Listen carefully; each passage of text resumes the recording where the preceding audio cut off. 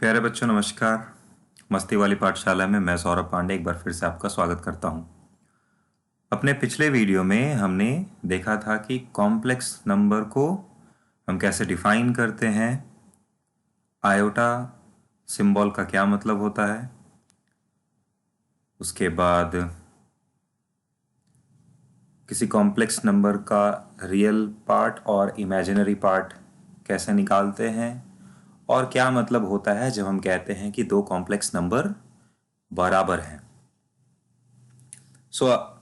जैसा कि मैंने कहा था कि आपने आज के वीडियो में हम अलजेब्रा ऑफ कॉम्प्लेक्स नंबर्स के बारे में पढ़ेंगे, बट उस पर जाने से पहले मैं पिछले क्लास से रिलेटेड कुछ बहुत ही सिंपल से क्वेश्चंस आपसे पूछना चाहता हूं।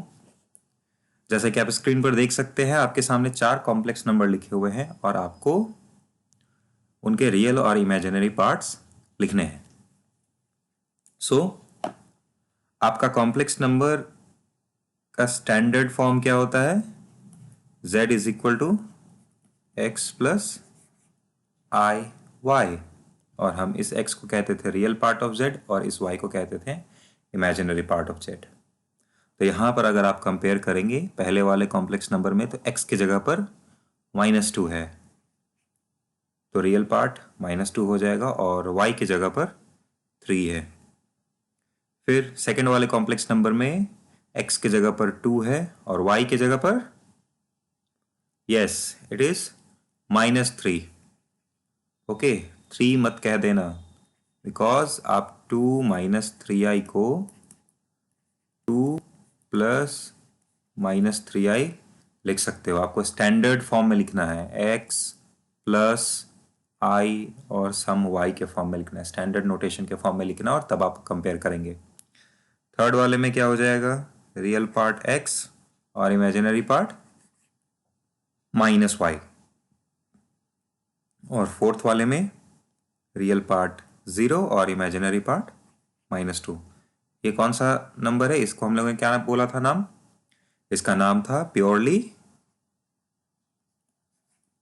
Imaginary number, purely imaginary number. Okay, so हम अपने आज का जो मेन फोकस है उस पर जाते हैं। हमारे आज का विषय है algebra of complex numbers. Algebra of complex numbers, क्या मतलब है इसका? इसका मतलब है कि हम दो कॉम्प्लेक्स नंबर्स को ऐड करने, सब्ट्रैक्ट करने, मल्टीप्लाई करने या डिवाइड करने के रूल पर चर्चा करेंगे। तो सबसे पहले बात आती है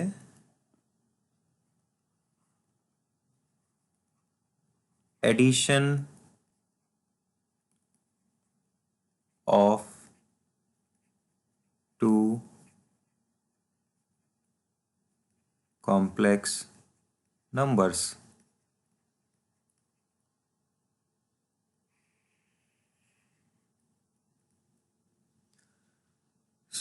मान लेते हैं कि हमारे पास दो कॉम्प्लेक्स नंबर हैं, Z1 और Z2। Let Z1 equals x1 plus iy1 and Z2 equals x2 plus iy2 be two complex numbers।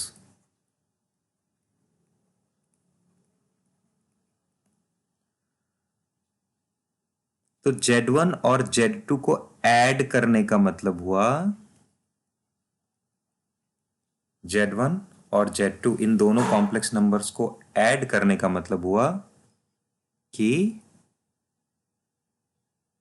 x1 plus x2, मतलब आप दोनों रियल पार्ट्स को ऐड कर रहे हो, plus i y1 plus I2. This is how it is defined. We define, हमने इसे मतलब दिया है कि Z1 plus Z2 का मतलब क्या है. We define that Z1 plus Z2 का मतलब होगा कि real part of Z1 plus real part of Z2 plus I into, sorry,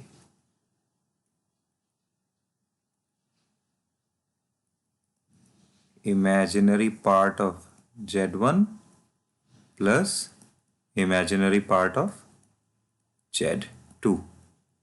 ये मतलब होता है.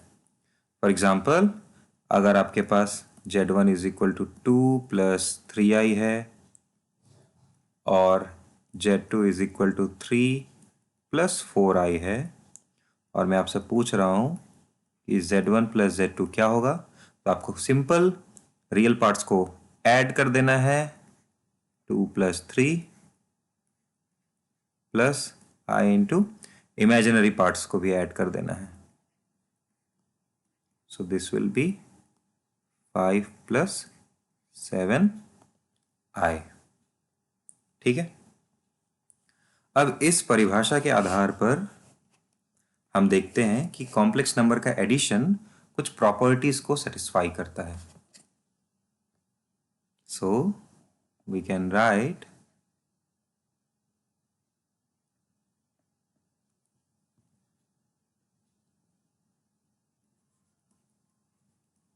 addition of two complex numbers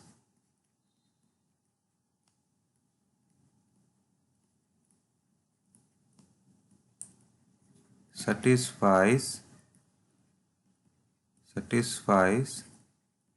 the following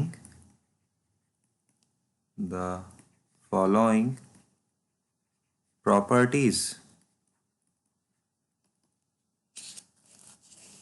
आइए देखते हैं. सो इसमें सबसे पहले आता है हमारा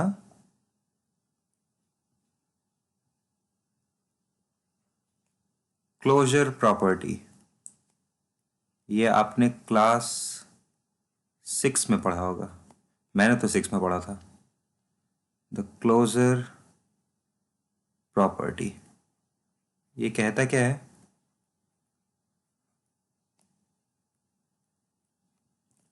ये कहता है कि आप कोई भी दो कॉम्प्लेक्स नंबर ले लो. आप कोई भी दो कॉम्प्लेक्स नंबर ले लो Z1 और Z2 और उनके बीच एडिशन का ऑपरेशन परफॉर्म करो, मतलब दोनों को ऐड करो. तो आपको जो आउटपुट मिलता है वो भी एक कॉम्प्लेक्स नंबर ही होगा. Okay. So it says that the addition of two complex numbers always gives a complex number. मतलब जिस फैमिली से आप Z1 और Z2 को चूज कर रहे हो जो कि कॉम्प्लेक्स नंबर की फैमिली है और उनके बीच जब आप एडिशन परफॉर्म करोगे तो जो आउटपुट मिलेगा वो भी कॉम्प्लेक्स नंबर की फैमिली से ही बिलोंग करेगा. इस प्रॉपर्टी को क्लोजर प्रॉपर्टी कहते हैं. ओके.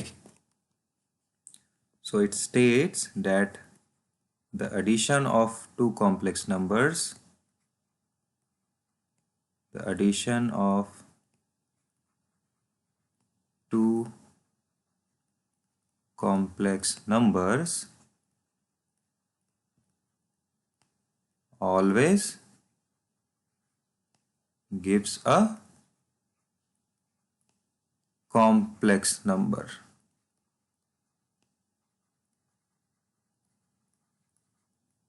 ओके. सो ये हमारी पहली प्रॉपर्टी हो गई closure property. Second,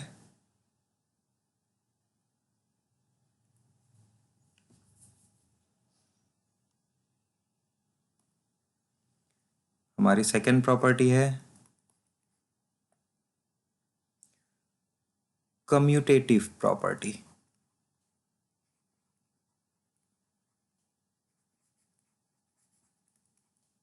commutative property.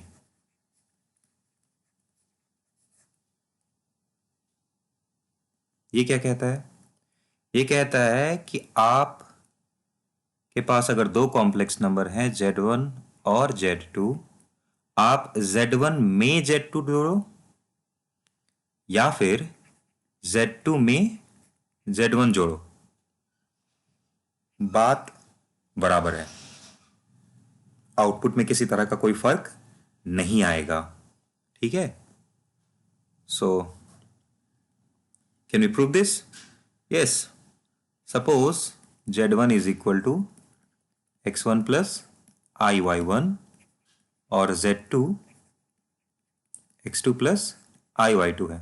By definition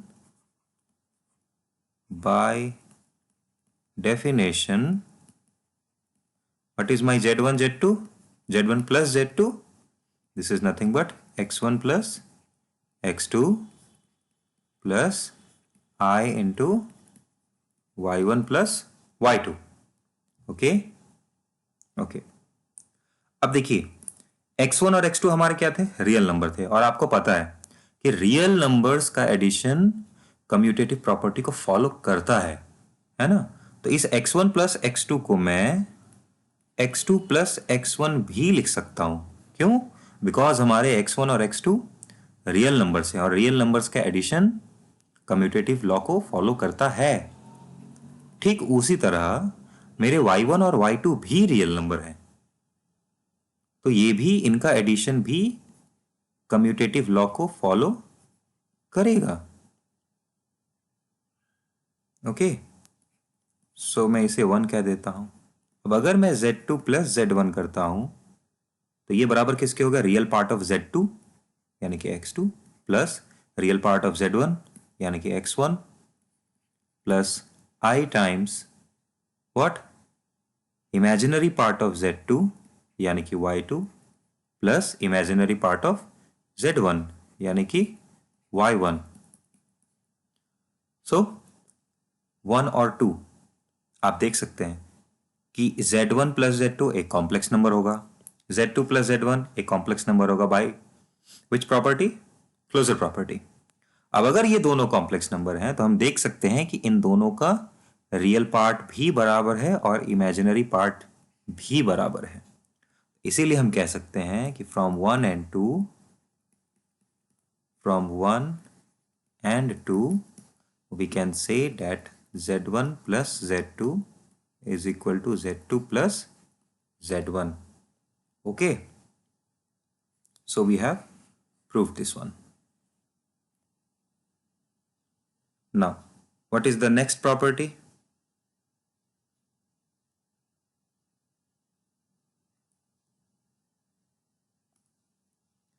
The next property is associative property.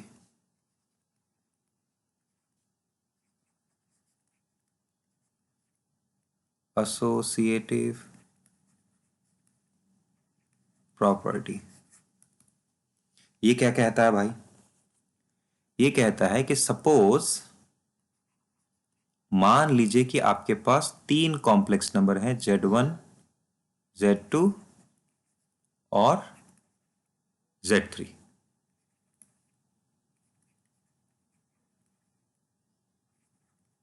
मान लिया?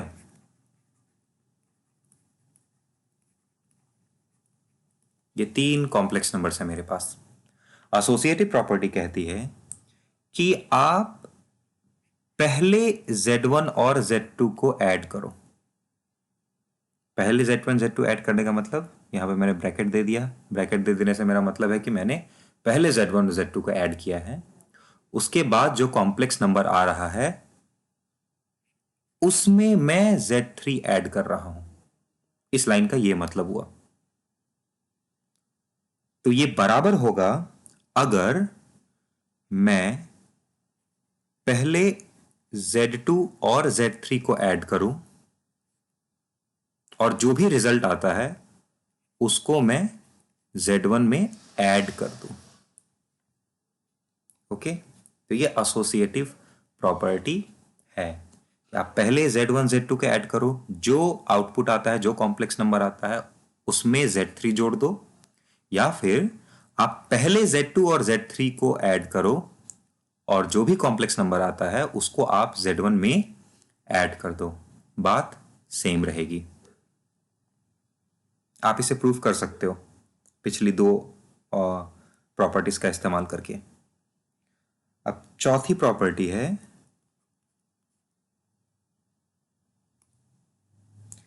existence of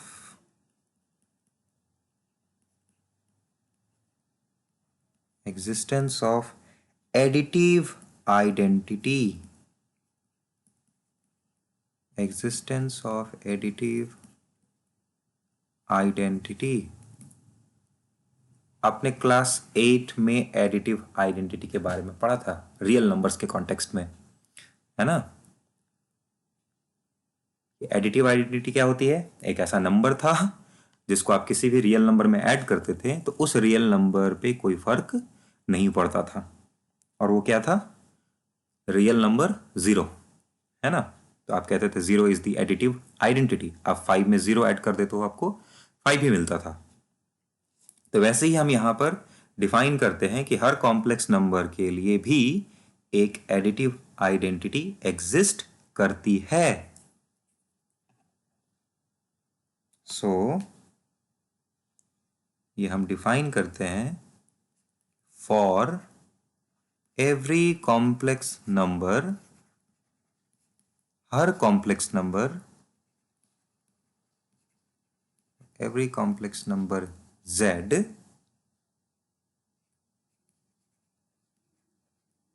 there exists a zero complex number. There exists a zero complex number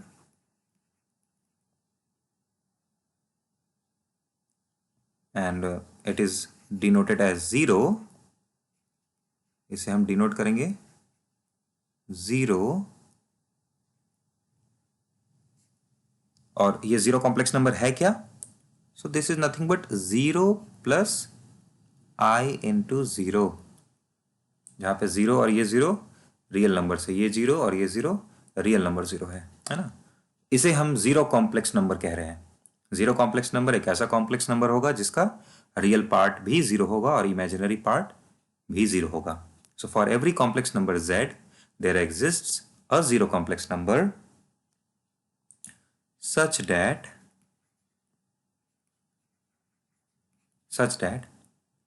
अगर मैं z में ये जीरो कॉम्प्लेक्स नंबर को add करता हूं तो उस पर कोई फर्क नहीं पड़ेगा, मुझे आउटपुट z ही मिलेगा। Okay, suppose z is equal to मेरा x प्लस आई वाई था, और ये जीरो कॉम्प्लेक्स नंबर है जो कि जीरो प्लस आई जीरो के बराबर है। अब मैं जीरो z में जीरो ऐड कर रहा हूं तो बाय डेफिनेशन हम पीछे पढ़कर आ रहे हैं, that will be equal to nothing but x plus zero real part of z plus real part of zero complex number plus i times imaginary part of complex number z plus imaginary part of zero complex number. So this will give me x plus iy and it is nothing but z, है ना। So हर complex number के लिए एक zero complex number भी exist करता है। इस zero complex number को ही हम एडिटिव आइडेंटिटी कहते हैं। So let me right this zero complex number is called additive identity for z। Okay, अब हमारी नेक्स्ट प्रॉपर्टी है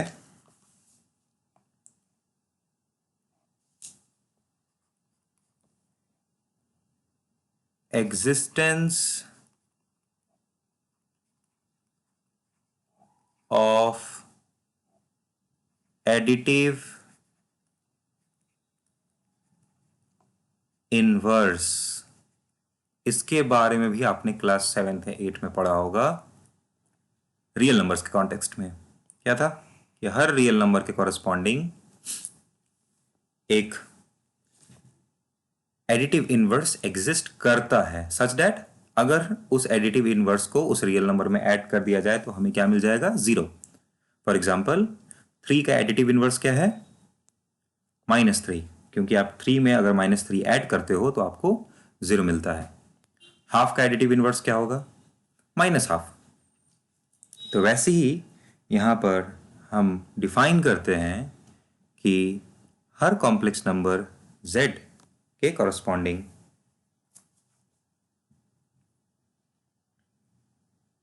एक एडिटिव इनवर्स एग्जिस्ट करता है। So to every complex number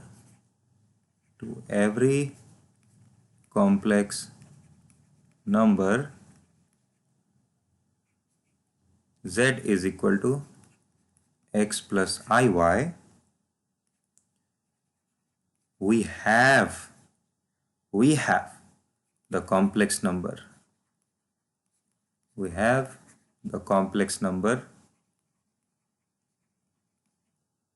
minus x plus I into minus y. So if I have a complex number x plus iy, तो हमारे पास एक और कॉम्प्लेक्स नंबर है minus of x plus i into minus of y. Okay, and we will denote it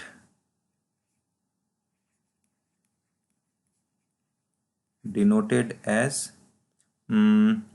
minus z. We will denote minus x plus I into minus y as minus z.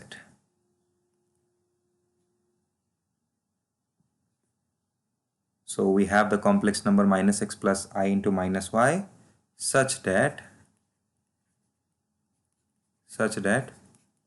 अगर मैं z में इस minus z को add कर देता हूं, मतलब z में माइनस z को ऐड करने का क्या मतलब हो गया? x plus minus x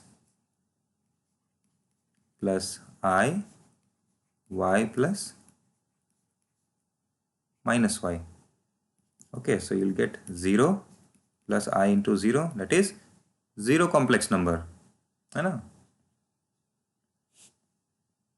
Such that this.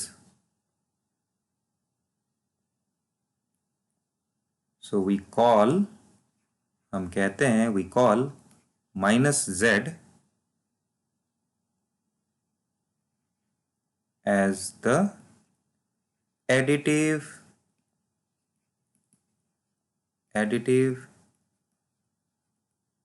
inverse और निगेटिव ऑफ z भी कहा जाता है। निगेटिव ऑफ z भी कहा जाता है। फॉर एग्जाम्पल अगर मैं आपसे पूछूं 2 प्लस 3i का एडिटिव इनवर्स क्या है? z is equal to 2 plus 3i का एडिटिव इनवर्स क्या है? तो आप बोलोगे it is minus z, that is nothing but 2 minus 3i। अगर मैं आपसे पूछता हूं z is equal to 1, z is equal to 1, इसका एडिटिव इनवर्स क्या है? सो यू विल से -1। अगर मैं आपसे पूछता हूं z is equal to 2i, इसका एडिटिव इनवर्स क्या है? तो आप कहोगे -2i। Okay, I hope it is clear. So इस तरीके से हमने देखा कि दो कॉम्प्लेक्स नंबर का एडिशन कैसे डिफाइन किया जाता है और वो कौन कौन सी प्रॉपर्टीज को सेटिस्फाई करता है।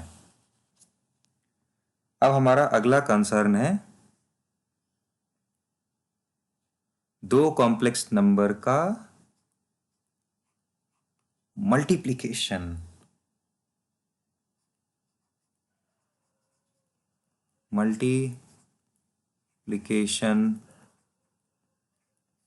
of two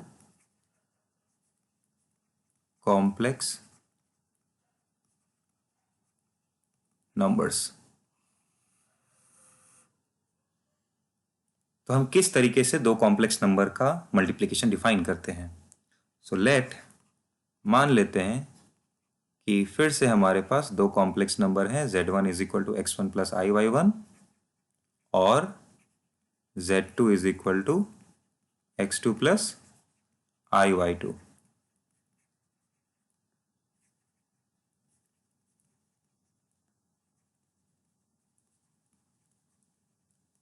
ओके, ये हमने डिफाइन कर लिया।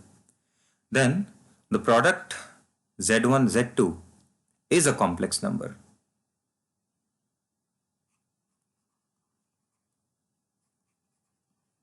Then the product of z1 and z2 is denoted, पहले तो देख लो डिनोट कैसे किया जाता है, is denoted as z1 into z2 is denoted as this. And how do we define it? हम कैसे इसे डिफाइन करते हैं? How do we give a meaning to the product of two complex numbers? And is defined as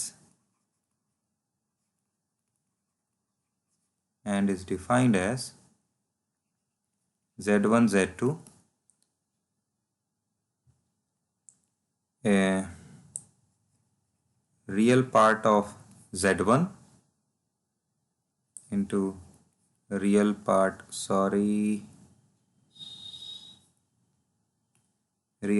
of z1 into real part of z2 minus imaginary part of z1 into imaginary part of z2 plus I into real part of z1 into imaginary part of z2 minus real part of z2 into imaginary part of z1। इस तरीके से हमने define किया, परिभाषित किया z1 और z2 के product को। देखने में काफी गंदा सा लग रहा है, सो मैं इसे अब इस तरीके से लिखता हूं। So real part of z1 is what? x1 then x2 minus y1 y2 plus i। Real part of z1 x1, imaginary part of z2 x1 y2, फिर माइनस का sign, sorry this is not minus, this is plus x1 y2 plus x2 y1। Okay, इस तरीके से हमने define किया। Suppose z1 is equal to 2 plus 3i है और z2 is equal to 1 plus 2i है, और मैं आपसे पूछ रहा हूँ व्हाट इज z1 z2। तो आपको क्या करना है? पहले रियल पार्ट को मल्टीप्लाई करो, so that it is 2, then minus sign 3 and 2 that is 6 plus i। Real part पहले वाले का रियल पार्ट, दूसरे वाले का इमेजिनरी पार्ट है ना, x1 y2, x1 into y2 is 4 plus x2 into y1 that is 3 multiplied by 1, so it is nothing but -4 plus 7i है ना। थोड़ा सा आपको प्रॉब्लम यहाँ पे लग सकता है, इसका इमेजिनरी पार्ट उसके रियल पार्ट है ना, but you don't have to memorise this formula है ना। आप देखोगे कि ये डेफिनेशन कुछ इस तरीके से बनाया गया है कि आपको इसे याद करने की जरूरत नहीं है। हालांकि आगे जाने से पहले हम फिर से देखेंगे कि दो कॉम्प्लेक्स नंबर का मल्टीप्लिकेशन कौन कौन सी प्रॉपर्टीज को सेटिस्फाई करता है। सो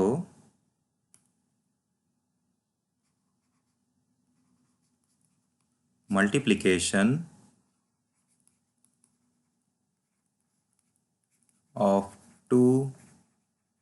complex numbers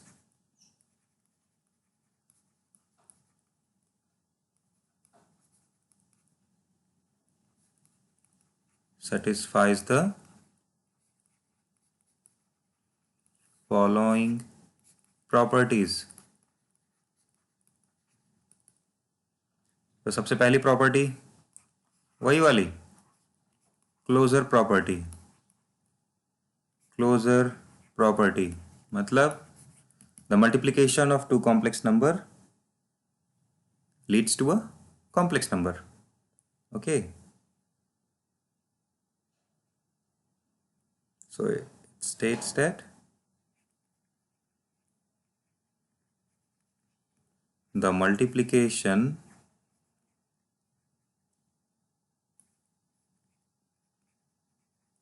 of two complex numbers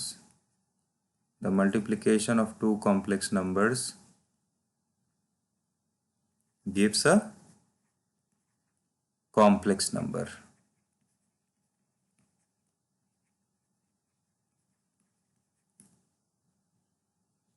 Second property, same, commutative property।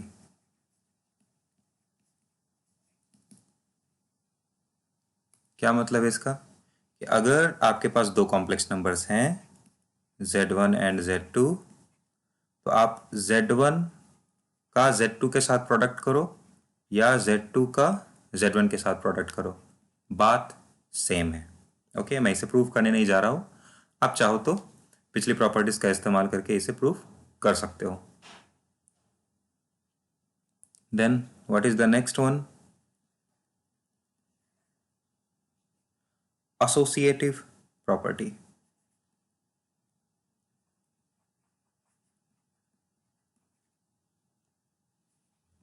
associative property, so ये क्या कहता है? वही बात कि अगर हमारे पास तीन कॉम्प्लेक्स नंबर्स हैं Z1, Z2 and Z3 B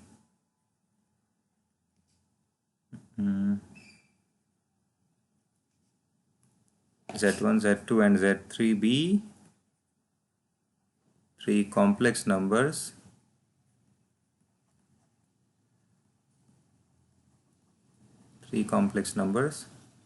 then आप पहले Z1 और Z2 को मल्टीप्लाई कर लो, इसलिए मैं इसे ब्रैकेट में डाल दे रहा हूं, और जो भी रिजल्ट आता है आप उसका मल्टीप्लिकेशन Z3 के साथ करो, या फिर आप पहले Z2 और Z3 का मल्टीप्लिकेशन कर लो और जो भी रिजल्ट आता है उसका आप मल्टीप्लिकेशन Z1 के साथ करो, बात सेम रहेगी। ओके, फिर अपनी चौथी प्रॉपर्टी है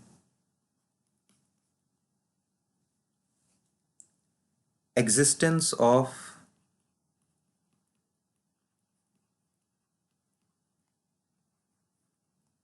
multiplicative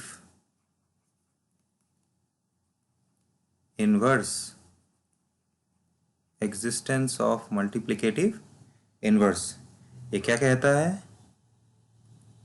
ये कहता है कि there exists a complex number, it states that there exists a complex number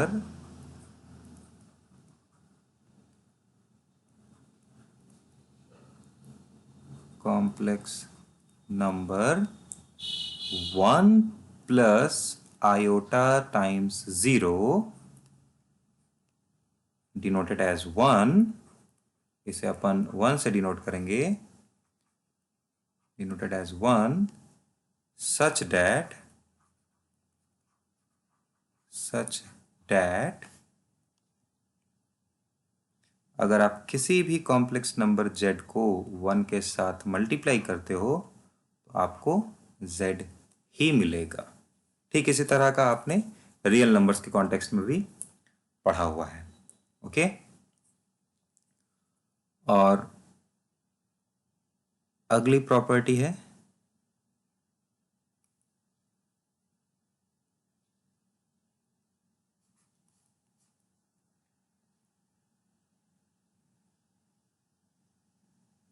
just a minute. This is not multiplicative identity, I am sorry, multiplicative inverse.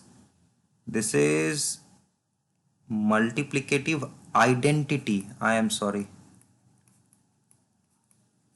This is multiplicative identity. Okay.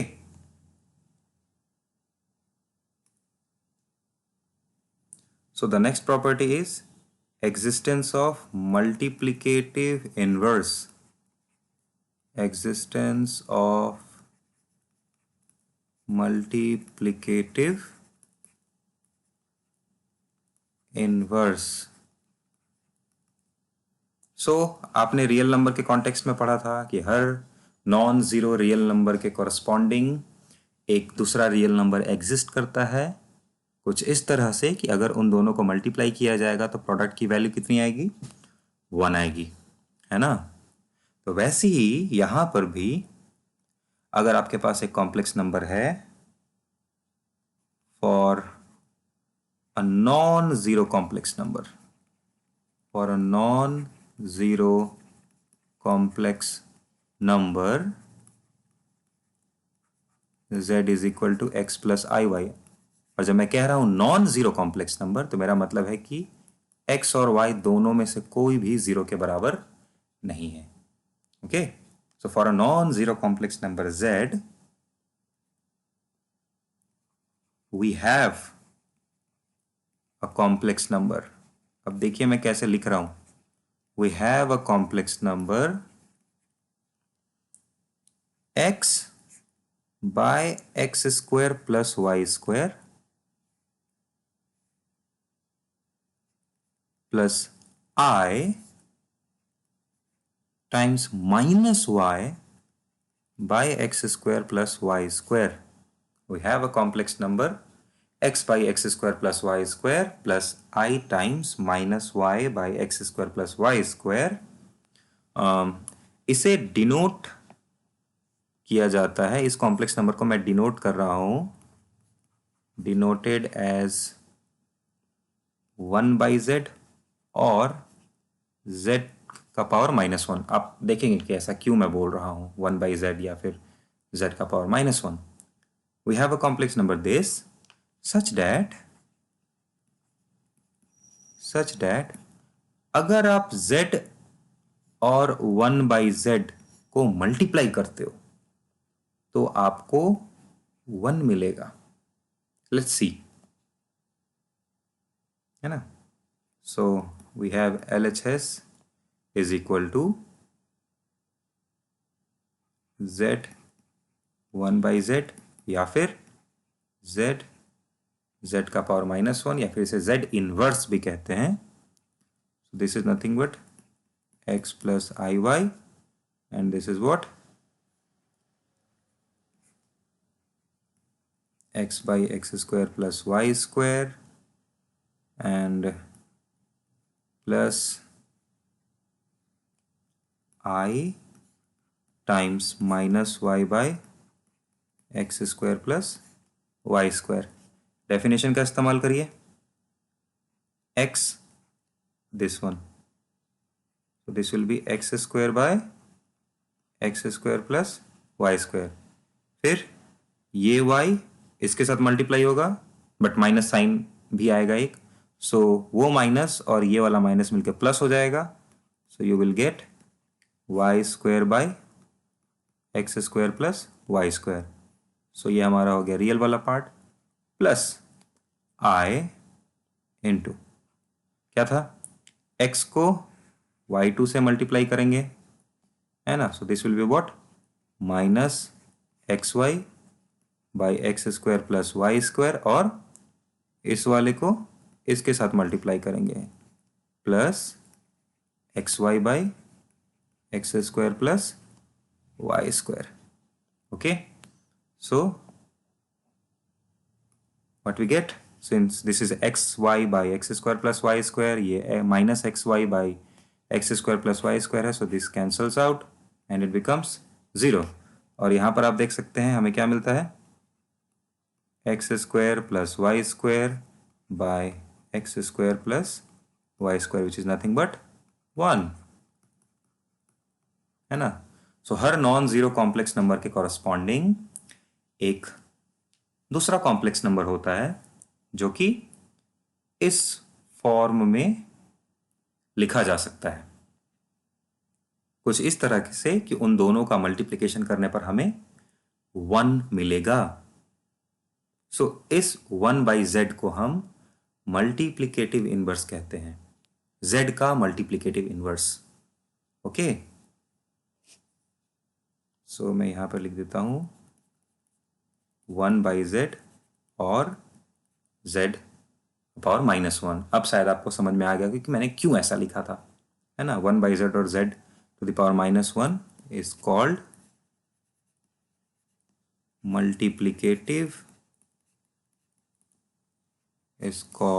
multiplicative inverse of z। ठीक है, ये नाम आप याद रखेंगे। अब एक last property है, और उस प्रॉपर्टी को जानने के बाद आपको पीछे के कुछ भी याद रखने की जरूरत नहीं है। Sixth one, distributive property. Distributive property ये क्या कहता है? डिस्ट्रीब्यूटिव प्रॉपर्टी कहता है कि अगर आपके पास 3 कॉम्प्लेक्स नंबर हैं Z1, Z2 एंड Z3,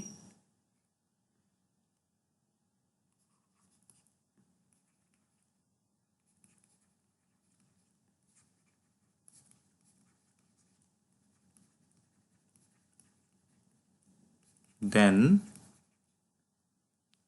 आप Z2 और Z3 को पहले ऐड कर लो, और जो भी आता है Z1 के साथ उसको मल्टीप्लाई कर दो, या फिर आप पहले ही Z1 और Z2 को मल्टीप्लाई कर लो, Z1 और Z3 को मल्टीप्लाई करो और फिर उनको ऐड करो, बात सेम रहेगी। डिस्ट्रीब्यूटिव प्रॉपर्टी ये कहता है कि आप पहले Z1 और Z3 को Z2 और Z3 को ऐड कर लो, फिर जो भी आता है उसे आप Z1 के साथ मल्टीप्लाई कर दो, या फिर आप Z1 और Z2 को पहले मल्टीप्लाई कर लो, Z1 Z3 को पहले मल्टीप्लाई कर लो और फिर दोनों को ऐड कर दो, बात सेम रहता है। ओके, मतलब ये जो प्रोडक्ट है वो इसमें डिस्ट्रीब्यूट हो गया। कुछ इस तरीके का काम रियल नंबर्स के केस में भी करते थे, है ना। तो जब ये प्रॉपर्टी आपने सीख ली, समझ ली, तब आपको वो जो डेफिनेशन हमने बनाया था तो कॉम्प्लेक्स नंबर के प्रोडक्ट का, वो आपको याद रखने की जरूरत नहीं है। क्यों? सपोज आपके पास 2 + 3i है और 4 + 6i है। ओके, सो इसे आप एक कॉम्प्लेक्स नंबर Z1 मान लीजिए, इसे आप कॉम्प्लेक्स नंबर Z2 मान लीजिए, और इसे आप कॉम्प्लेक्स नंबर Z3 मान लीजिए। तो बाय द डिस्ट्रीब्यूटिव प्रॉपर्टी आप इसे लिख सकते हो 2 + 3i into 4 plus 2 + 3i into 6i, distributive property का इस्तेमाल करके। अब अगेन ये आपका Z1, Z2 और ये Z3 है, तीनों कॉम्प्लेक्स नंबर से आप फिर से डिस्ट्रीब्यूट कर सकते हो। आपने 2 4 डिस्ट्रीब्यूट कर लिया, फिर 3i और 4 का मल्टीप्लीकेशन दैट इज 12i, फिर प्लस यहाँ पर भी आपने डिस्ट्रीब्यूशन कर दिया, so that is 12i and that is